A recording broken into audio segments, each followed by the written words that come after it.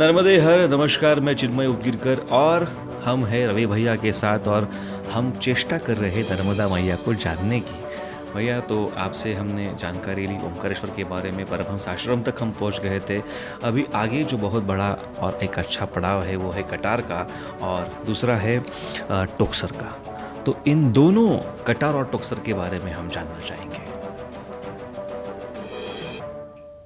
पहले तो नर्मदे हर, और मेरे से नर्मदा मैया के बारे में जानना, मैं भी इतना ज्ञाता नहीं हूँ इस चीज़ का, लेकिन जितनी बातें समझ में आई है मैया की कृपा से, संतों की कृपा से, उनमें से जो जो चीज़ें बाहर निकलेगी वो मैं हर एक स्थानों का आपको वर्णन करने का प्रयास करूँगा।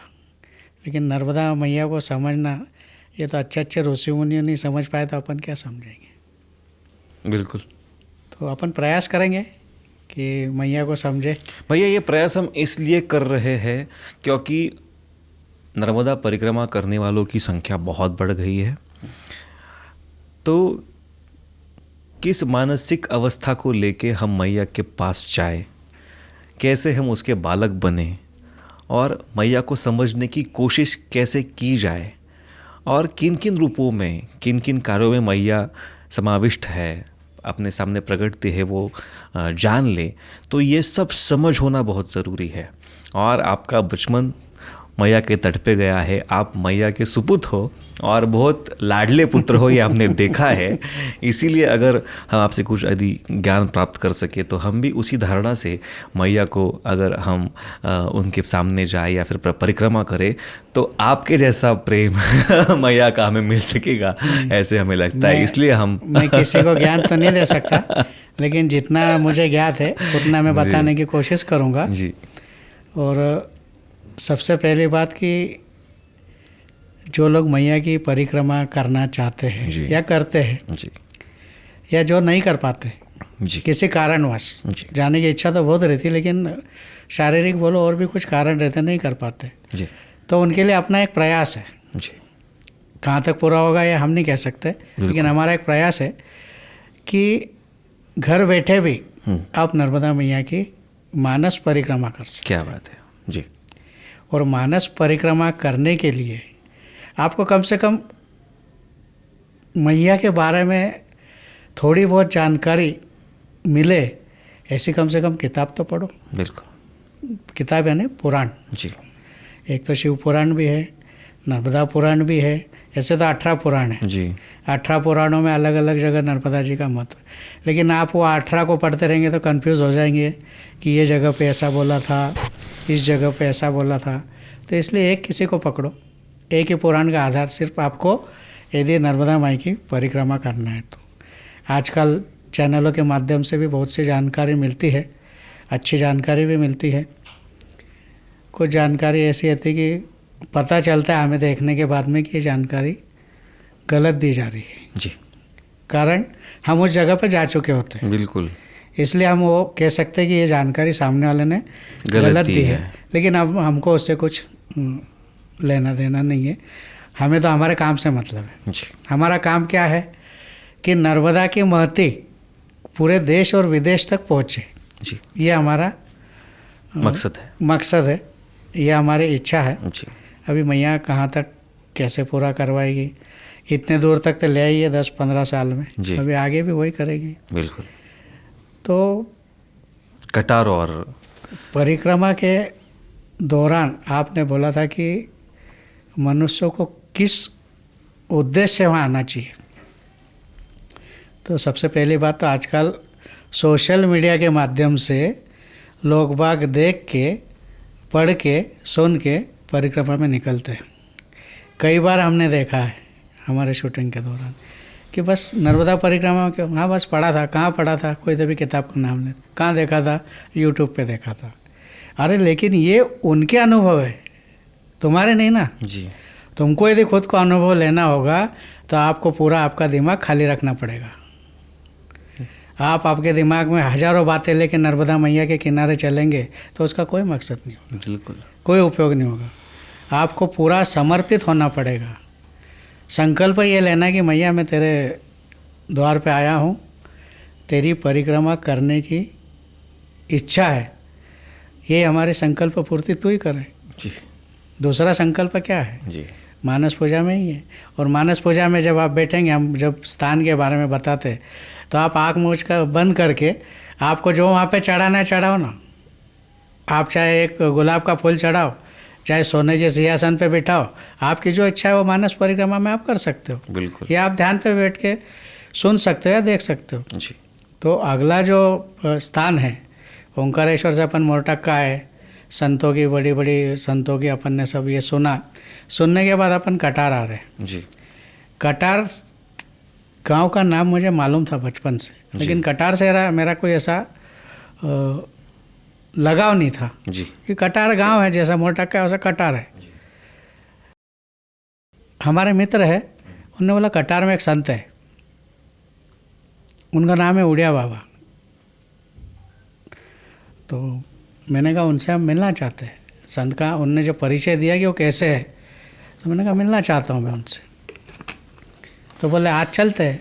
और हम ऐसी बात कर रहे जी। तीनों, और हमारे सामने आके संत ही खड़े हो गए। उड़िया बाबा खुद खड़े हो गए। बाप रे।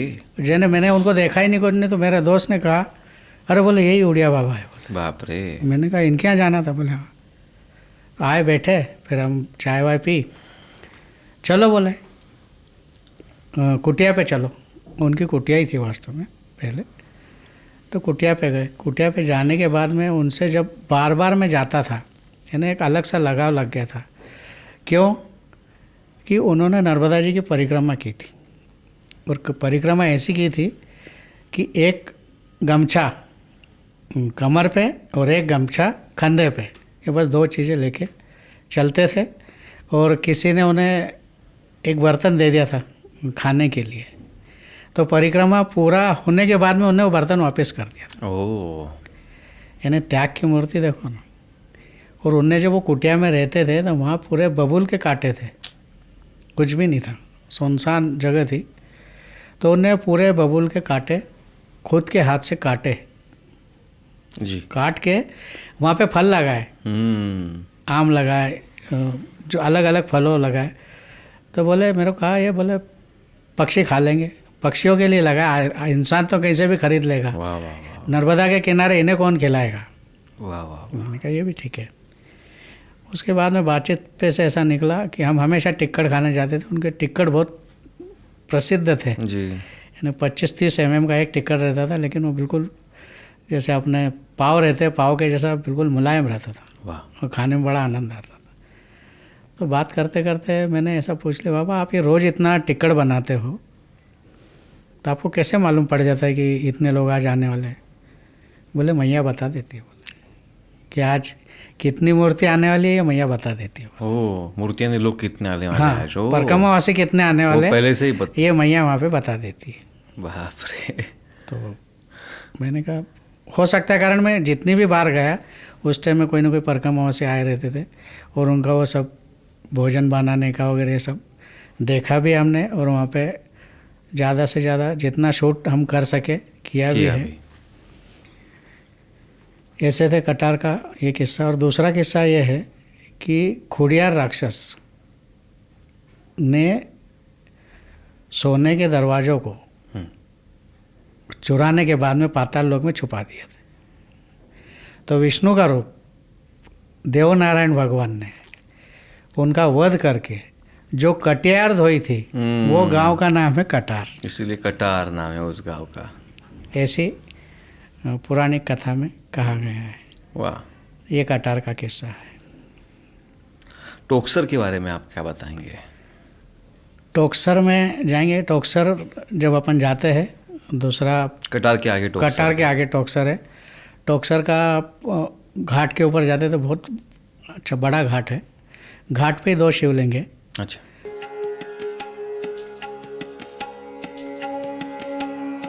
एक अश्विनी की और एक कुमारेश्वर की। अच्छा। अश्विन और कुमारेश्वर, अच्छा। इनका मैं आगे उल्लेख करूँगा। और पास में ही निमाड़ के संत, मध्य प्रदेश के निमाड़ के संत सिंगाजी महाराज, अच्छा, जिनकी कथा आज की नहीं है, 300-350 साल पहले की कथा बता रहा हूँ जी। वो भी कटार आए थे। तो वहाँ पे भी उनके चरण चिन्ह हैं। अच्छा। और अश्विन कुमार और इनके कुमारेश्वर के भी 2 शिवलिंग है। अच्छा।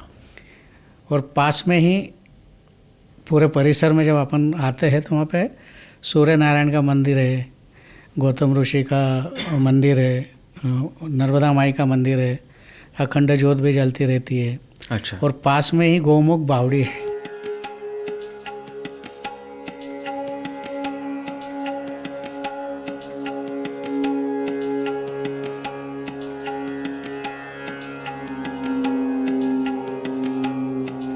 ये ग्राम टोकसर गौमुख आश्रम है, गोमतेश्वर महामंदिर, जहाँ पर कई हजारों वर्षों का ये मंदिर पुराना पहले था, इसको रिपेयर करवाया गया।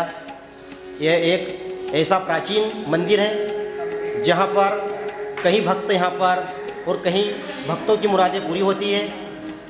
विशेषता गोमतेश्वर महादेव मंदिर की यह है, यहाँ पर जिन लोगों को भी कहीं शरीर के अंदर कोई बाधा या तकलीफ हो, वो यहाँ पर आकर मन की मुरादें पूरी करते हैं और बाबा के दर्शन करते हैं।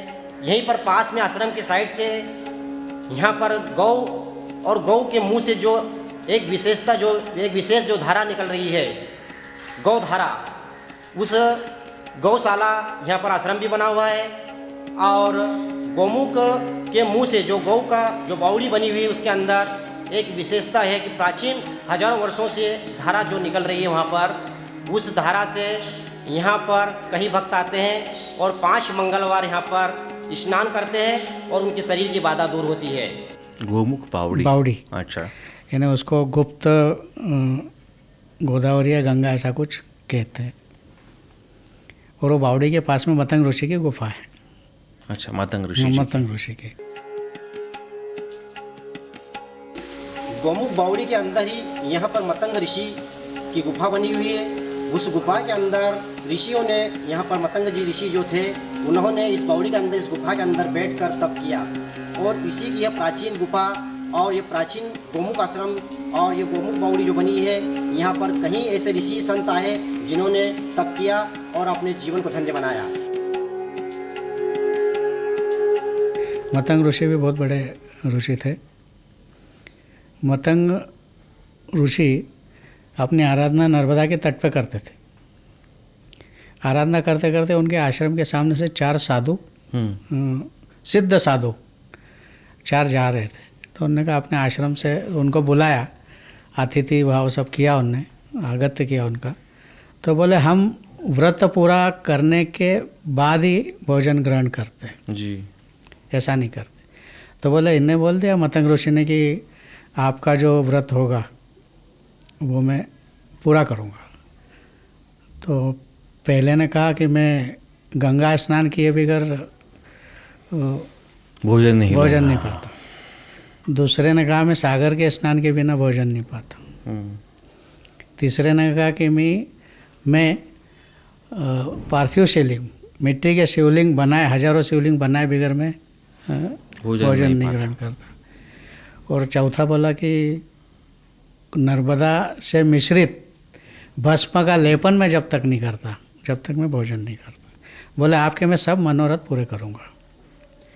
और इन्हें नर्मदा माई जी से और शिव जी से प्रार्थना की कि मैया, ये 4 साधु अपने कुटी पे आए हैं, अपने आश्रम आए हैं, बिगर भोजन के जाएंगे तो अनर्थ हो जाएगा। तो कृपा करो कि ये सब इनकी मनोकामना पूरी हो जाए। तो उसी समय गंगात खेड़ी जो नर्मदा के बीच में स्थान है, वो गंगात खेड़ी है जी, जहाँ पे गंगा मैया प्रकट हुई। गंगा मैया प्रकट हुई, इसका एक अलग उदाहरण भी है कि गंगा मैया, भगवान शिव जी के पास में जब गंगा मैया गई, बोले, मैं बहुत अशुद्ध अपवित्र हो गई हूँ और पापियों के पाप धोते धोते, हाँ, तो क्या करूं? तो बोले, नर्मदा जी में जाके स्नान करूं। वाह।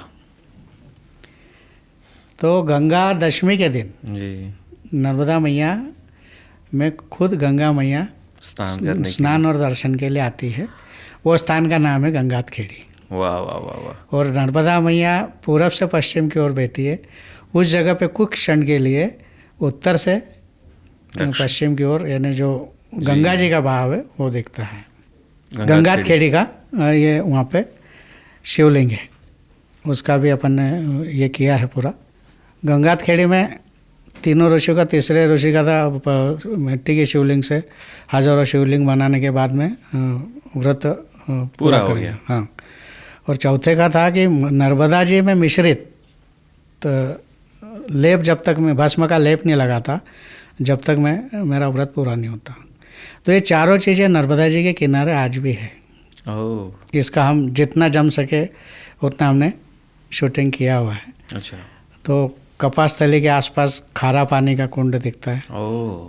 उसके आगे चलते भावपुरा की तरफ तो ये भगवान धारेश्वर के पास में ये बेट है भस्म का। अरे वाह। भस्म का टीला है जो आज भी आप जाओगे तो वहाँ पे भस्म ही मिलेगी आपको। क्या बात। वो टीला आज भी वहाँ पे है, दक्षिण तट पे जी। और चौथा ये गंगा जी तो है ही। तो ऐसे चारों ऋषियों का संकल्प पूरा हुआ। मतंग ऋषि ने फिर उनको भोजन वगैरह प्राप्त करना। तो ये गंगात खेड़ी की ये कहानी ऐसी भी है, यानी भोजन का भी है। और गंगा दशमी के दिन अपने गंगा जी खुद स्वयं नर्मदा जी से मिलने आती है, स्नान के लिए आती है। तो ये मैंने बचपन में देखा है कि जब नर्मदा जी पे कोई एक भी डैम नहीं थे तो गंगा दशमी यानी गर्मी के दिनों में आता है। तो मैंने कहा जब एक भी डैम नहीं थे तो गर्मी के दिनों में पानी कैसे बढ़ता है, ये मैंने मेरी आंखों से देखा है। तो कम से कम 6 इंच या 1 फुट पानी उस दिन बढ़ता है गंगा दशमी के दिन। ये हमने देखा हुआ है, जब पूरे ऊपर तक एक भी डैम नहीं था जब। तो आप मानो तो सच है, ये तो यूनिक चीज़ें हैं जो मैं बता रहा हूँ। अभी यानी जो भी सुनेगा, जो भी देखेगा तो उन्हें थोड़ा सा अचंभा होगा कि ये सब चीज़ें पॉसिबल है क्या। लेकिन आप थोड़ा पीछे जाएंगे, उस युग में जाएंगे तो आपको बराबर ज्ञात होगा। कारण ये फिर इतनी चीज़ें बनी क्यों, जब ये चीज़ थी नहीं। तो वहाँ बीच नर्मदा में जाके वो गंगात खेड़ी का ये होना, उसके बाद में खारा पानी का, अभी जल स्तर बढ़ने के कारण ये सब चीज़ें आपको शायद नहीं दिखेगी। लेकिन गर्मी के दिनों में यदि आप गए तो ये आपको पूर्व दिशा, पश्चिम दिशा और बाद में फिर नर्मदा जी ऐसे अपने दिशा में बह जाती है, दिखेगा। तो टोकसर में ये भी है। और दूसरा, टोकसर में सूर्य नारायण भगवान की भी कथा है। अच्छा। सूर्य नारायण भगवान की कथा ऐसी है कि सूर्य नारायण के तप से उनकी पत्नी सौज्ञा, उनका गर्भ में तप से सहन नहीं हो पा रहा था। तो उनने अपनी छाया को, अपने बल से छाया को एक स्वरूप दिया, सौज्ञा का ही, यानी पत्नी ने स्वरूप देके कहा कि आप सूर्य भगवान की सेवा करें। और सेवा करने के बाद ये ताप के कारण अपने पिता विश्वकर्मा के यहाँ निकल गई सौज्ञा। निकलने के बाद में पिताजी से सब कहा तो उनने नर्मदा तट पे तप करने के लिए और इसका शमन करने के लिए, अग्नि का शमन कम करने के लिए, ताप को कम करने के लिए नर्मदा तट पे तप करने लगी थी। और उधर छाया के पुत्र हुए थे 3 पुत्रों में से यमराज को, एक तो शनिदेव है, एक यमराज जी है और यमुना, अच्छा, जो बाद में यमुना जी करके प्रकट हुई। ऐसी पौराणिक कहावत है, कथा है। इसके आधार पे मैं कह रहा हूँ, ये पुराणों में आपको अलग अलग पुराणों में अलग अलग जगह पे मिलेगी कथा है ये। तो यमराज को छाया ने कुछ क्रोधित होके शाप दिया, ऐसा कहते हैं जी। तो बोले अपनी माँ ऐसा नहीं शाप नहीं दे सकती। तेने सूर्यदेव को कहा कि मुझे माता जी ने ऐसा ऐसा कहा है। तो फिर सूर्यदेव छाया के पास आया और पूछा कि क्या बात। तो उन्होंने पूरा विवरण बताया कि मैं सौज्ञा नहीं हूँ, मैं छाया हूँ। और सौज्ञा के जो 2 पुत्र थे वो अश्विन कुमार और कुमारेश्वर। अच्छा। अश्विन और कुमारेश्वर। और सौज्ञा जो थी नर्मदा तट पे अश्व के रूप में, यानी घोड़ी के रूप में तप कर रही थी। अच्छा। तो उनने उस समय वो जो भी कुछ ग्रहण किया जड़ी बूटियाँ, इसलिए 2 पुत्र अश्विन कुमार और कुमारेश्वर ये हुए। उसके बाद सूर्य नारायण भगवान ने उसी कहते हैं कि उसी स्थान से पृथ्वी से स्वर्ग की यात्रा अपने रथ से, सप्तक रथ से पुत्रों को लेके स्वर्ग में प्रस्थान किया था। ये वही जगह टोकसर की है। क्या बात है। ऐसी अनेकों टोकसर की महत्वाकांक्षा चीज़ें हैं, लेकिन जो बारीक बारीक चीज़ें थी वो मैंने आपको बताई। नर्मदे हर।